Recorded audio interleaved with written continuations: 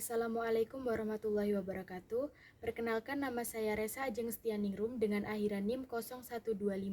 Video ini saya buat untuk memenuhi tugas ujian tengah semester pada mata kuliah Bank dan Lembaga Keuangan Non-Bank. Pada video ini, saya akan menjawab 4 pertanyaan. Pertanyaan pertama adalah, mengapa negara perlu memiliki lembaga keuangan? Lembaga keuangan memiliki peran yang sangat penting dalam suatu perekonomian negara. Lembaga keuangan berperan dalam mengatur dan juga mengelola sistem keuangan negara. Beberapa alasan yang dapat saya sampaikan mengapa suatu negara perlu memiliki lembaga keuangan. Di antaranya adalah, yang pertama, menyediakan layanan keuangan. Lembaga negara memberikan beberapa layanan, yaitu asuransi, pinjaman, dan investasi yang dapat digunakan oleh individu maupun perusahaan untuk membantu pengelolaan keuangan mereka. Yang kedua, memfasilitasi pertumbuhan ekonomi. Lembaga keuangan membantu dalam pengalokasian dana dan juga sumber daya ke sektor-sektor ekonomi yang membutuhkan untuk pertumbuhan secara berkelanjutan. Alasan yang ketiga yaitu mengatur sistem keuangan. Lembaga keuangan juga bertanggung jawab dalam mengatur dan juga mengawasi aktivitas keuangan untuk memastikan stabilitas sistem keuangan negara. Yang keempat, mendorong inklusi keuangan. Lembaga keuangan membantu dalam memperluas akses masyarakat terhadap layanan keuangan sehingga dapat meningkatkan inklusi keuangan di negara tersebut. Yang kelima, alasan terakhir, menjaga stabilitas ekonomi. Lembaga keuangan juga memiliki peran dalam menjaga stabilitas ekonomi dengan mengelola resiko dan juga krisis keuangan yang dapat terjadi. Pertanyaan yang kedua, menurut Anda, apakah Bank Sentral harus berdiri sebagai lembaga yang independen? Dan juga berikan alasannya.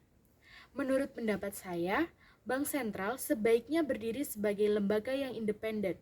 Ada beberapa alasan yang mendukung argumen saya, yaitu pertama, kemandirian kebijakan moneter.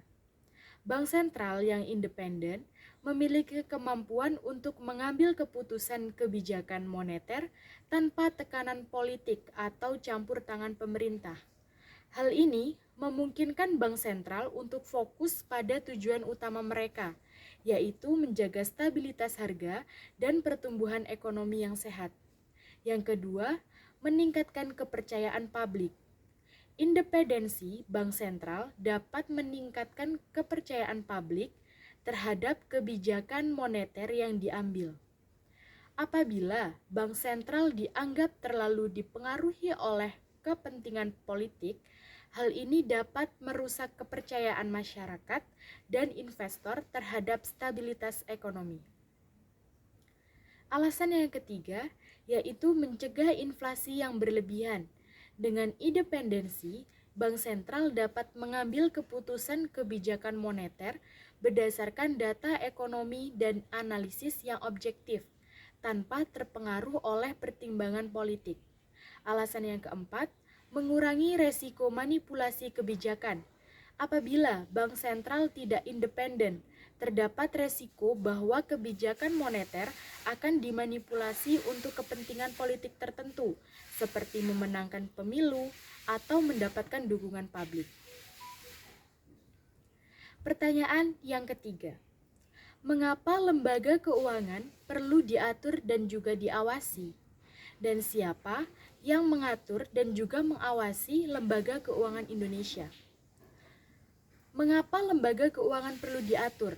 Hal ini dikarenakan peran pentingnya dalam perekonomian suatu negara, sedangkan pengawasan terhadap lembaga keuangan diperlukan untuk melindungi kepentingan nasabah, menjaga stabilitas sistem keuangan, dan juga mencegah praktik keuangan yang merugikan, dan memastikan kepatuhan terhadap peraturan dan standar yang berlaku.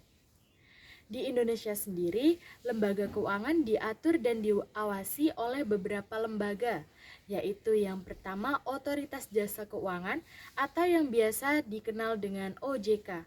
Ini merupakan lembaga yang bertanggung jawab atas pengaturan dan pengawasan seluruh lembaga keuangan di Indonesia, termasuk bank, asuransi, pasar modal, dan juga lembaga keuangan lainnya. Yang kedua, Bank Indonesia atau biasa disebut dengan BI. BI ini merupakan Bank Sentral Indonesia yang bertanggung jawab atas kebijakan moneter, menjaga stabilitas nilai tukar rupiah, serta mengawasi dan mengatur bank-bank di Indonesia. Yang ketiga, Kementerian Keuangan. Kementerian Keuangan juga memiliki peran dalam pengaturan dan pengawasan lembaga keuangan di Indonesia, terutama terkait dengan kebijakan fiskal dan pengelolaan anggaran negara. Pertanyaan yang keempat adalah sebutkan dan juga jelaskan masing-masing kelebihan dan kekurangan dari bank konvensional, bank syariah, BPR konvensional, dan juga BPR syariah. Sertakan saja apa saja strategi yang dilakukan masing-masing lembaga keuangan untuk dapat terus maju dan berkembang. Di pertanyaan yang terakhir, saya akan menjelaskan kelebihan, kekurangan, dan juga strategi yang digunakan oleh masing-masing lembaga keuangan. Yang pertama, kita akan mulai dari lembaga keuangan bank konvensional. Bank konvensional memiliki kelebihan diantaranya dapat menawarkan beragam produk dan layanan keuangan yang lebih beragam dan fleksibel, serta lebih mudah diterima oleh masyarakat luas karena sudah menjadi institusi keuangan yang umum. Namun, bank ini juga memiliki kekurangan, diantaranya bunga atau riba yang dikenakan dapat dianggap tidak sesuai dengan prinsip syariah, tidak memiliki mekanisme profit sharing yang dapat memberikan keuntungan kepada nasabah. Strategi yang digunakan untuk terus maju dan berkembang adalah mengadopsi teknologi terbaru untuk meningkatkan efisiensi operasional, serta menyediakan layanan digital yang memudahkan akses bagi nasabah. Melakukan diversifikasi produk dan layanan untuk memenuhi kebutuhan pasar. Selanjutnya, kita akan beralih ke bank syariah. Bank syariah memiliki kelebihan yaitu mengikuti prinsip syariah dalam operasionalnya, sehingga dapat menarik nasabah yang menghindari bunga atau riba. Yang kedua, memiliki mekanisme profit sharing yang memberikan kesempatan bagi nasabah untuk mendapatkan keuntungan bersama bank. Lembaga keuangan ini juga memiliki kekurangan, diantaranya terbatasnya jumlah produk dan layanan yang ditawarkan dibandingkan dengan bank konvensional. Memerlukan pemahaman yang lebih mendalam terkait prinsip-prinsip syariah bagi nasabah. Strategi untuk terus maju dan berkembang adalah meningkatkan edukasi keuangan terkait prinsip syariah kepada masyarakat. Yang kedua, mengembangkan produk dan layanan inovatif yang sesuai dengan prinsip syariah. Memperluas jaringan kerjasama dengan lembaga keuangan syariah lainnya. Selanjutnya, kita beralih ke BPR konvensional. BPR konvensional memiliki kelebihan, yaitu lebih dekat dengan masyarakat lokal sehingga dapat memberikan layanan yang lebih profesional. Yang kedua, fleksibilitas dalam memberikan pembiayaan kepada pelaku usaha kecil dan menengah. Kekurangan dari bank ini adalah terbatasnya jaringan cabang dibandingkan dengan bank konvensional, serta kurangnya akses terhadap teknologi canggih dalam operasionalnya.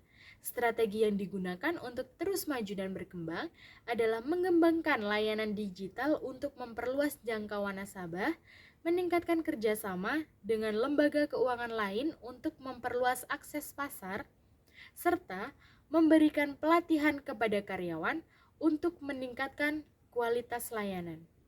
Yang terakhir, saya akan membahas tentang BPR Syariah. BPR Syariah memiliki kelebihan diantaranya mengikuti prinsip syariah dalam operasionalnya sehingga dapat menarik nasabah untuk menghindari bunga atau riba. Fokus pada pelayanan kepada pelaku usaha kecil dan juga menengah yang membutuhkan pembiayaan sesuai dengan prinsip syariah. Namun, bank ini juga memiliki kekurangan, diantaranya terbatasnya jaringan cabang dibandingkan dengan bank syariah. memerlukan pemahaman yang lebih mendalam terkait prinsip-prinsip syariah bagi nasabah.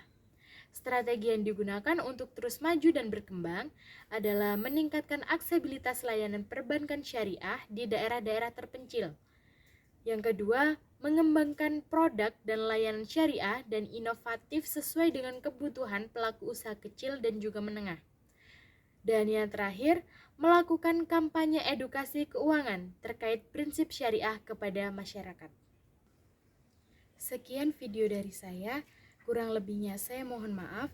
Semoga apa yang saya sampaikan dapat menjadi tambahan wawasan serta pemahaman tentang bagaimana pentingnya suatu negara memiliki lembaga keuangan dan juga mengapa lembaga keuangan perlu diatur dan juga diawasi, serta menambah pemahaman dan wawasan juga mengenai bank sentral, bank konvensional, bank syariah, BPR konvensional, dan juga BPR syariah.